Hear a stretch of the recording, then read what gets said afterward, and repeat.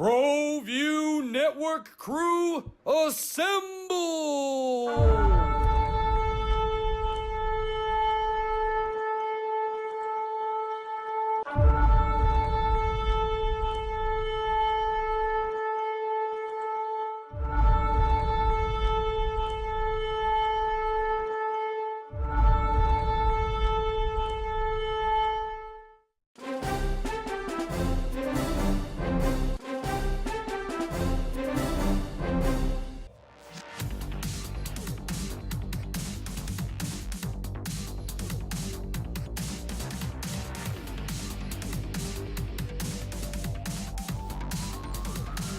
That's good for first.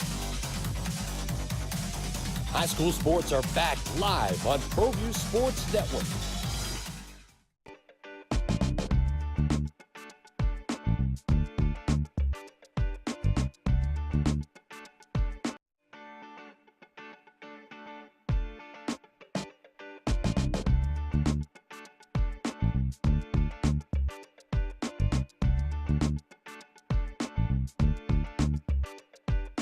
Hey, welcome to the Steve Davis Show. Special guest is Russ Bradburd, author of All the Dreams We've Dreamed, and professor at New Mexico State, assistant coach for 14 years in El Paso, UTEP, and also New Mexico State. That's right. Thanks for having me here, Steve. What a great resume you have there. I don't know about I feel that. privileged just to be able to sit here and I hope I do you justice. Well, it's two different resumes. There was the basketball part, which ended a long time ago, and now since I guess I quit coaching in 2000 and got my graduate degree at New Mexico State, and I've been writing ever since. Well, Russ, I guess here we're I'm so glad you're here, and our relationship is through basketball. That's right. Through a mutual friend of Dick Hunsaker, and over the last 25, 30 years, I probably met you maybe 4 or 5 times, but yes. You've been in a way, you've been influential in my life, and you didn't even know it. I mean, just because of your work ethic, and Dick would always say that you had an eye for talent when you go into a gym that you could pick players, and I'd seen you in Phoenix, and I'd seen you in other places that you could go in and there'd be 1,000 kids in there, and you could pick out the best 5 players. Well, there was a certain trick to it, as you know, Steve, is when you're at UTEP or New Mexico State, you don't always get your choice of kids, and so trying to find a kid who is a sleeper that maybe would have been overlooked, he's a little short or a little skinny, or that kind of playing out of position, or an obscure high school. So the trick was always, how do you find a kid? How do you find a kid that's not going to be so highly recruited that he would turn his nose up at coming to the desert?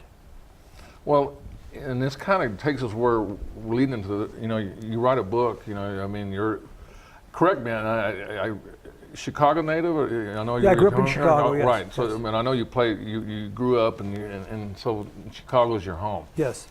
And Chicago has always been a fertile ground for recruiting, and I just felt like when I started off recruiting for Don Haskins, and then went on to the Aggies after that. But my feeling was always I could pretty much look at a kid's resume in Chicago and figure out, is he good enough to go take a look at? Just because there's so many different levels of basketball. A kid could be at a private academy averaging 30 a game and not be a small college player, and a kid could be averaging 8 points a game at a top high school. So I understood the lay of the land, and I could talk the talk. I knew when I got off the airplane to El Paso for the first time, I looked around and thought, God, it's so beautiful here. Well, not everybody has that reaction to El Paso, but a Chicago kid, I think that was actually a typical Chicago reaction. And so Chicago was always a good, fertile recruiting ground, and Don Haskins didn't have much of a Chicago connection before I got there, but he did after I got there. But the Aggies had a pretty strong Chicago contingent even before I got there, with Randy Brown and players like that. Well, that brings us to, you wrote a book, All the Dreams We've Dreamed,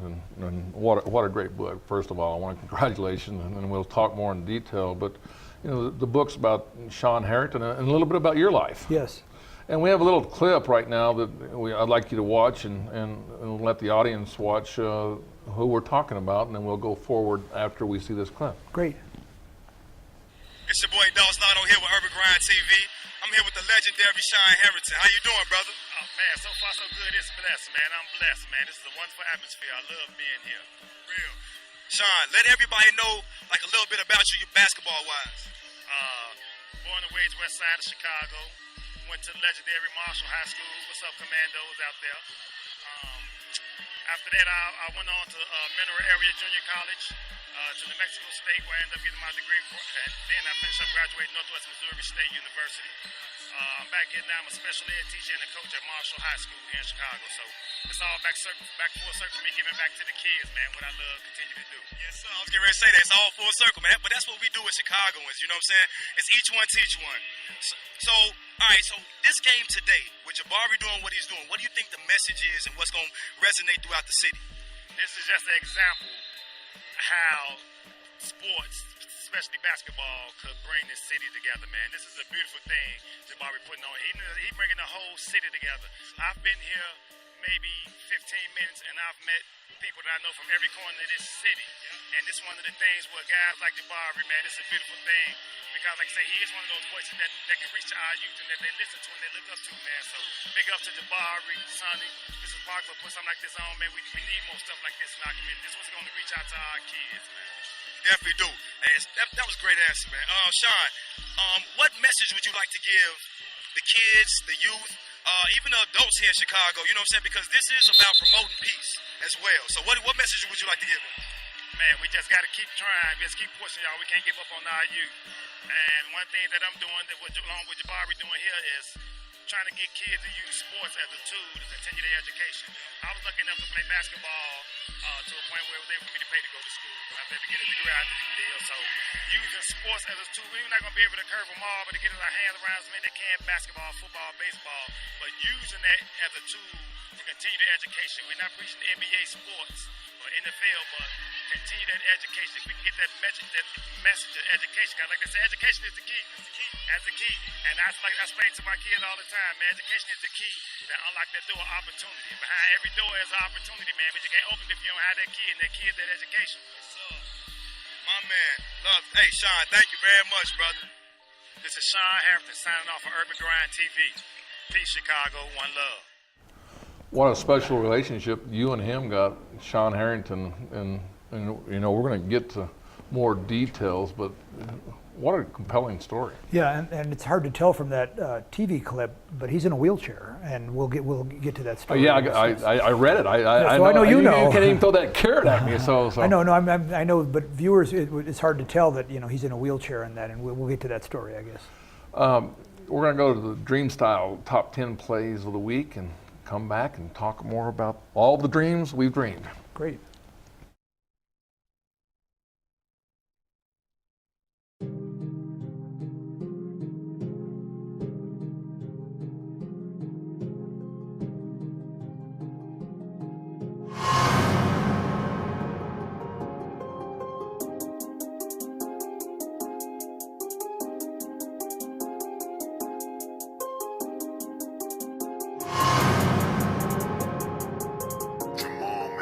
Down in 10. Again, Davidson drop, throws it in the end zone, and ball is caught. The flag comes in.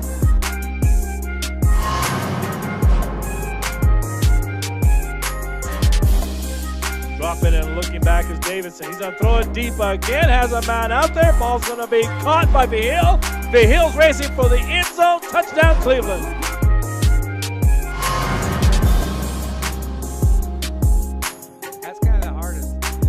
Pass option, fade a route, caught in the end zone. I'm trying to see if it's a touchdown. It is. She didn't hear that. Davidson drops, looks, throws it out in the end zone, and there he is, Trey Watson. What a catch!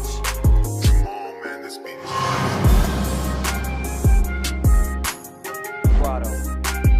Eddie's looking, fires a fade towards the end.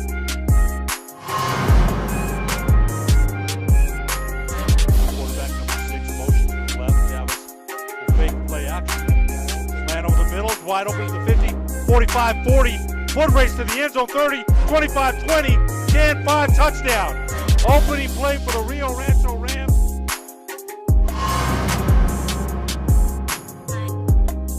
Slot at the left side. Play action, looking to throw, throws it deep, has Nieto out there, ball is caught Nieto's off to the races. Nieto's going to score. Touchdown, Cleveland Storm.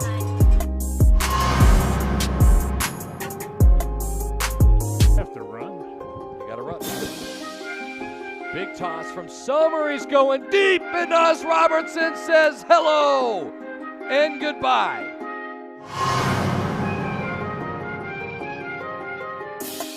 At the West Mason 15. Run pass option again. Hand off to Zach Behill trying to get the edge. Behill turns it back upfield. Still drives his legs. Touchdown. Wow, what a run by Zach.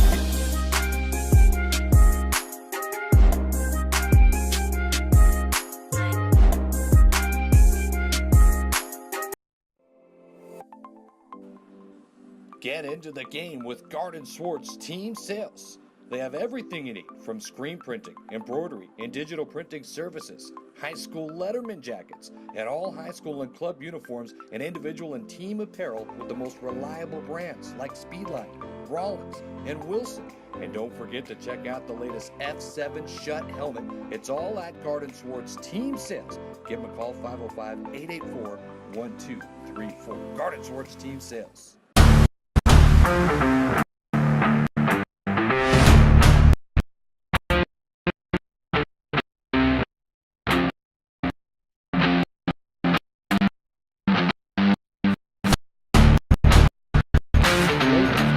Hey, welcome back to the Steve Davis Show. We have Russ Bradburd, author of All the Dreams We've Dreamed. And, you know, we saw a little bit about Sean Harrington in the wheelchair. We'll get to the story about that. But tell us your story with him and what got you to write this book. When I was working for the Aggies as an assistant coach, I recruited him. And just so, you know, I had accidentally discovered Tim Hardaway. I often get a lot of credit for discovering Tim. It was total chance, luck, discovering Hardaway, but I thought, here's the next Tim Hardaway. I thought he was just a smart little player who really knew how to play. So signed him up at New Mexico State. He was our leading scorer, led the team in assists and steals, but he blew out his knee. And he wound up transferring, which is a complicated story. I'll leave that to readers of the book. Well, let's throw that in the care, because that's interesting. And that was another word, a lot of things in there. I mean, against what you believed at the time. Yes. I mean, what was happening at the time. Yes. Well, we wound up not renewing his scholarship, which was a complicated decision. But and the book details that quite a bit. But I was completely out of touch with him for over 20 years, and then heard a coaching friend called me one day and said, "Hey, Sean Harrington got shot. It's all over the radio here in Chicago."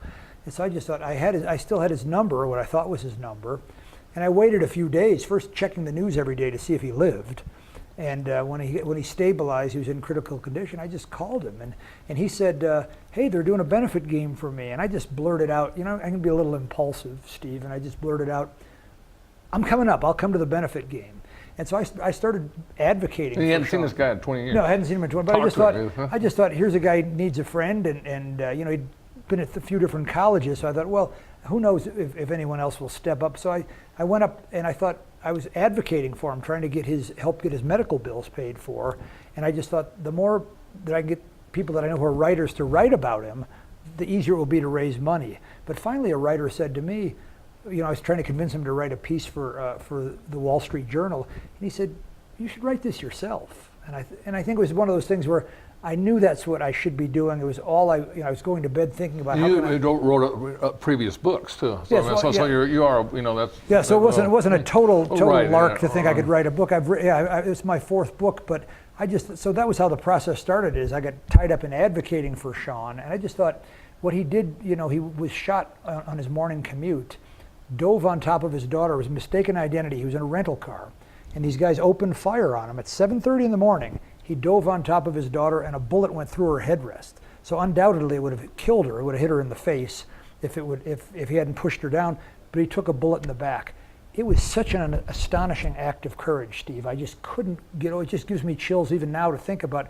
And part of it also is he will say, "Well, I did what any father would do," as if we're all like Green Berets, or we're all Marine heroes. And that kind of, you have a daughter now, yes, and that's even more compelling to you. It really hit home for me. I think before I had kids, I'd hear about, oh, this kid got hurt or this kid. But once you have a kid, you know, and you, like now if I see a kid fall on the playground, even if it's not my kid, I get sort of a pain in my chest. So it really, I think it moved.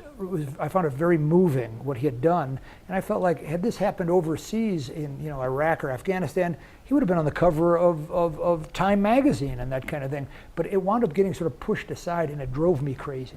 That, you know, his paycheck stopped after 90 days, and then his health insurance stopped, and it just made me, you know, as like any college basketball recruiter, I'm a little bit OCD. I'm a little compulsive, and I just thought, I'm going to try and help this guy, and helping him turned into writing his story. Well, I have to ask, did you get to see he got to see his shooting? I mean, did you get to see that video? I tried. Okay, you tried? I tried when the state's attorney was showing I didn't read the book. I just let you know that this was. But yes, but when the state's attorney was going to show him the video, I was there, and I tried to walk in, and his assistant pushed me out the door. Because I thought, well, I would like to see it. So they played it at the trial, and I know of the video, you know, there's no sound on it, and you can't really see exactly what's going on, but it's pretty haunting to see, you know, someone just two guys walk up to a car, you know, from 10 feet away and just open fire. I mean, it's a, you know, a dozen shots, and, you know, he lived through it, but he'll never walk again. Well, let's kind of go back before you met him. You were at, correct me if I'm wrong, you're at UTEP, and then you went back and started your own scouting service, yes. correct? And, yes. and that's kind of how you're. That's and how you got to it's, talk about the mom and the relationship with the coach. You're the only one that, you know, that's what hit home with me was that. So just go. Well, I'd gone back to, when I went back to Chicago after I left UTEP, I went back and started a scouting service. Now everything's online and on the internet, but back then there were newsletters and you'd sell subscriptions, and I didn't make much money, but I made a little bit. You know, I made enough that I was living a life of poverty, but it was a happy life.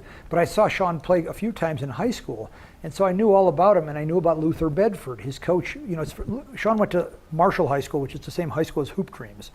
And so this is right before Hoop Dreams came out, but Luther Bedford was if Don Haskins was black, he might have been something like Luther Bedford. He was tough and grizzled and old school, and he was a man of few words, and he was very brief and sort of. Were you intimidated when you walked into his office that day? I mean, when you met him? I mean, because in the book it kind of says that you were like, I don't know if he even acknowledged you. So. Yeah, he wouldn't even offer you a chair or a glass of water or a coffee. There was no chit chat. It's just, well, you know, he just sort of was very sort of standoffish. I think in retrospect, he could see right through me. He knew that, you know, that what I wanted the kid to sign at New Mexico State, and all he wanted to know is, are you going to stand by him, and make sure he graduates? And that really stuck with me, the whole idea of, you know, Luther Bedford saying, are you going to stand by him? That comes up in the book, and you go in great detail of that. So I would like to think that, you know, 25 years later, Luther Bedford, of course, is long gone. Made an impact on you. Yeah, but maybe you know, maybe I did keep my word to Luther Bedford, even if it took 25 years to do it.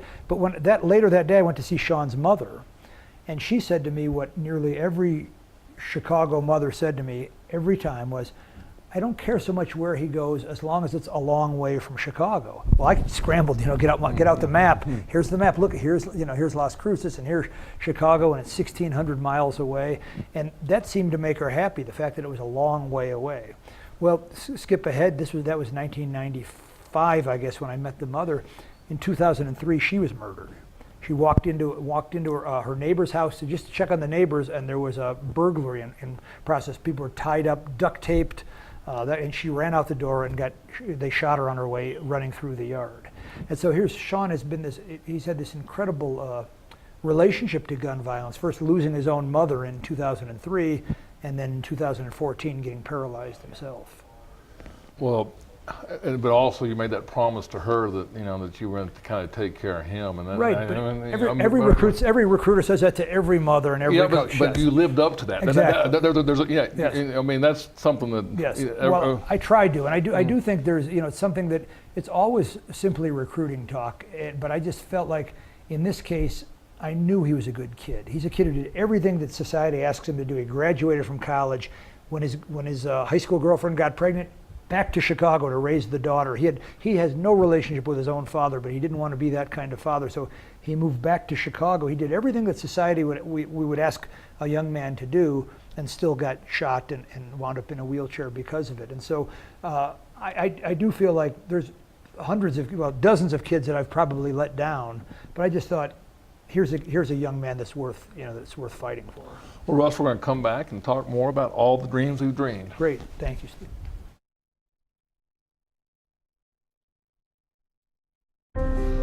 The New Mexico High School Coaches Association, established in 1941, is an organization of New Mexico's best and most professional interscholastic coaches. Coaches across work daily to help our student athletes excel in the classroom, on the field of play, and in our communities. Students that participate in interscholastic activities attain higher grades, higher graduation rates, and higher wages. Responsible for the North-South All-Star Games, statewide Coaches Award Program, and providing multiple professional development opportunities for New Mexico's coaches. Be a great coach by coaching beyond the game.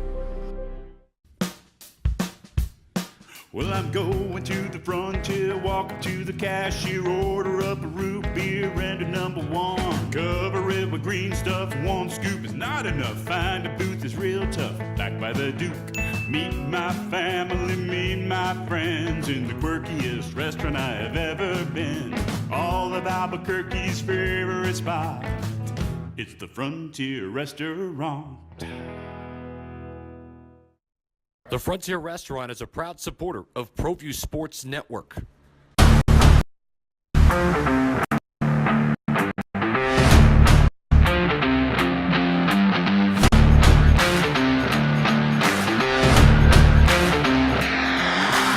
Hey, welcome back to the Steve Davis Show. We have the author, Russ Bradburd, all the dreams we've dreamed, and I want to take a few seconds and I want to do another clip, and just kind of a surprise for you. An interview that you and Brian Gumbel had.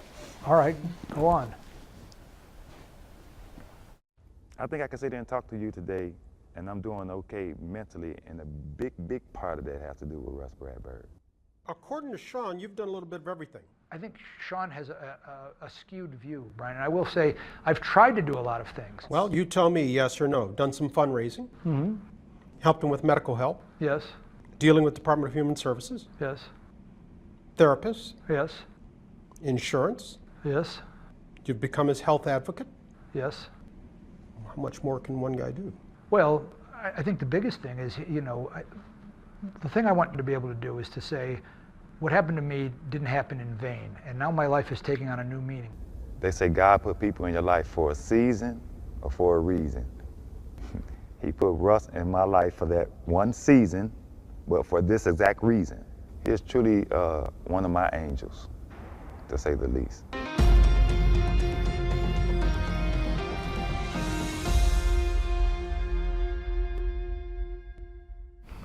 Well, Russ, we saw him in the wheelchair, and tell us the story about that. That just was unbelievable. I mean, it sticks out in my mind, we see.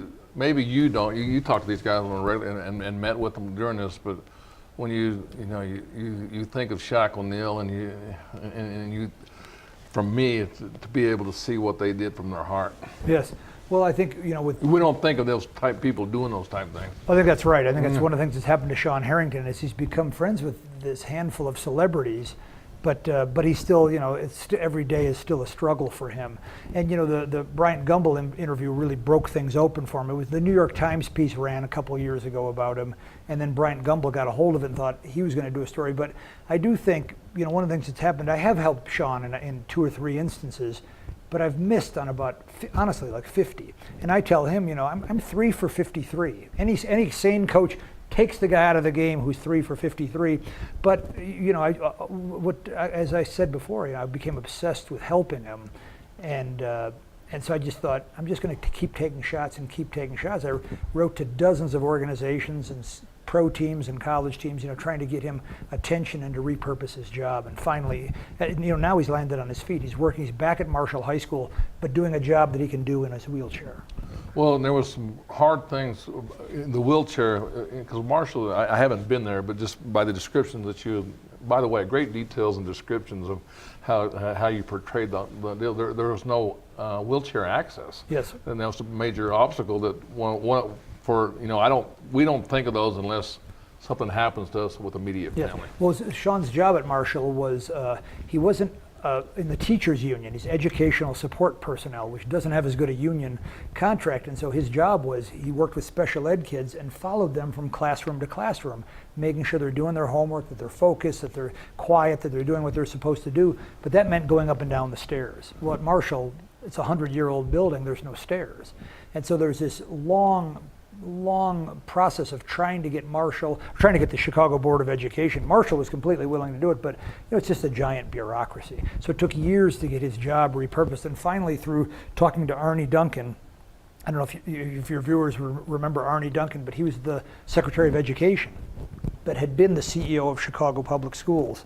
So when we finally got through to Arnie Duncan, things happened pretty quickly, and the next thing you know, Sean had a new job. And then he also touched on his growth on his daughter about trying to get a scholarship to New Mexico State and then following through with that.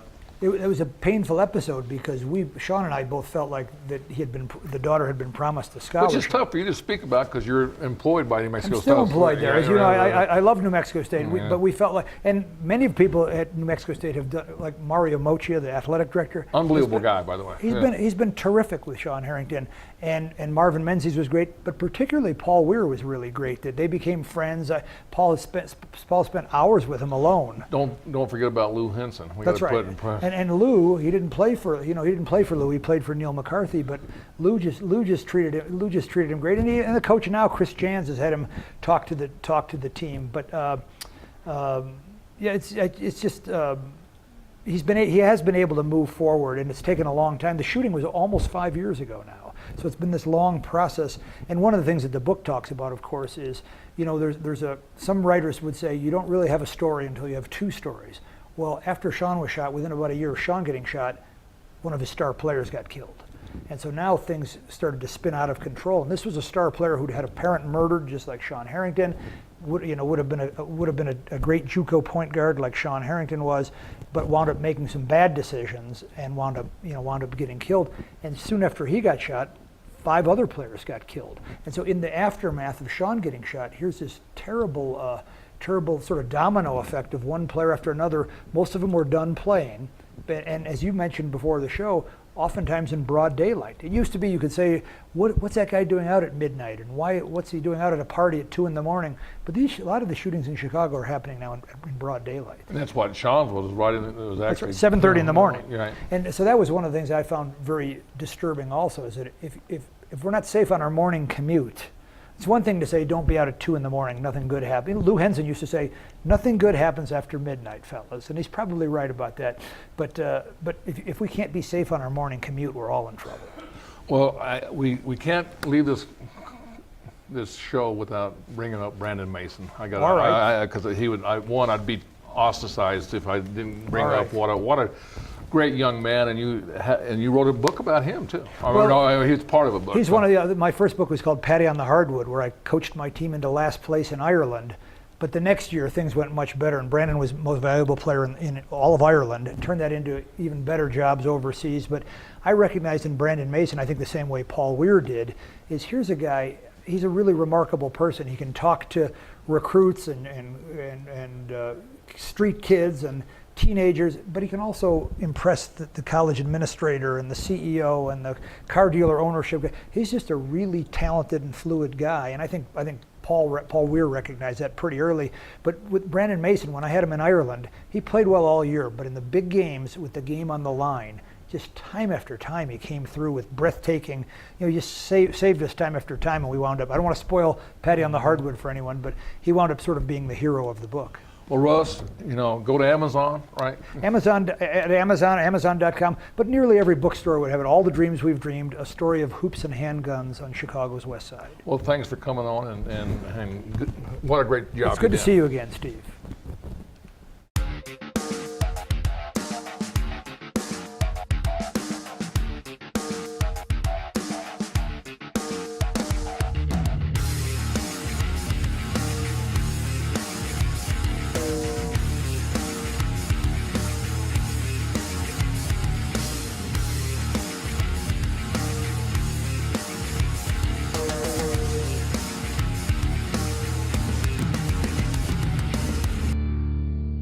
Sadie's is a proud supporter of New Mexico high school sports and athletics, and we here at Proview Networks would like to thank Sadie's for their continued support in helping us bring you all of your New Mexico high school sports coverage.